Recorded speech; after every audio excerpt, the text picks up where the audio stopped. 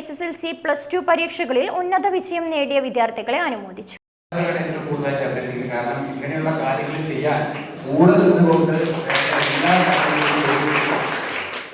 അരീക്കോട് ബ്ലോക്കിലെ 8 പഞ്ചായത്തുകളായി പരിമിതികളെ അതിജീവിച്ച് ഉന്നത വിജയം കരസ്ഥമാക്കി SSLC +2 വിജയികളെ ജില്ലാ സബ് ജഡ്ജി സാബിർ ഇബ്രാഹിം ആദരിച്ചു. അരീക്കോട് കമ്മ്യൂണിറ്റി ഹാളിൽ നടന്ന പരിപാടിയിൽ പുതിയ പരിവാർ ജില്ലാ കമ്മിറ്റി അംഗങ്ങളെ അരീക്കോട് ബ്ലോക്ക് പരിവാർ കമ്മിറ്റി ആദരിച്ചു. അരീക്കോട് ബ്ലോക്ക് പ്രസിഡന്റ് സൈനുദ്ദീൻ പൊന്നാടിന്റെ അധ്യക്ഷതയിൽ ജില്ലാ സബ് ജഡ്ജി സാബിർ ഇബ്രാഹിം ഉദ്ഘാടനം ചെയ്തു.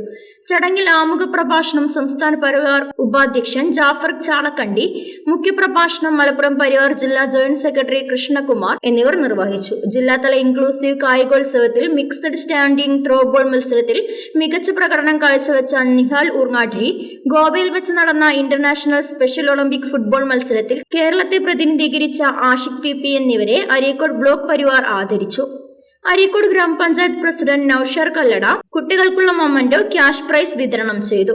ചടങ്ങിൽ Samad Pulikkal, Bakkar Maranchery, Siddique Kozhukur, Sreedharan Kottakkal, Areekode police sub inspector Rajasekharan, Manju Edakkara, BRC Pulpatta teacher Anana Siddique Munniyur എന്നിവർ ആശംസകൾ അർപ്പിച്ചു. അബ്ദുസലാം കുഴിമണ്ണ സ്വാഗതവും റഫീഖ് അരീക്കോട് നന്ദിയും പറഞ്ഞു. News bureau, Areekode.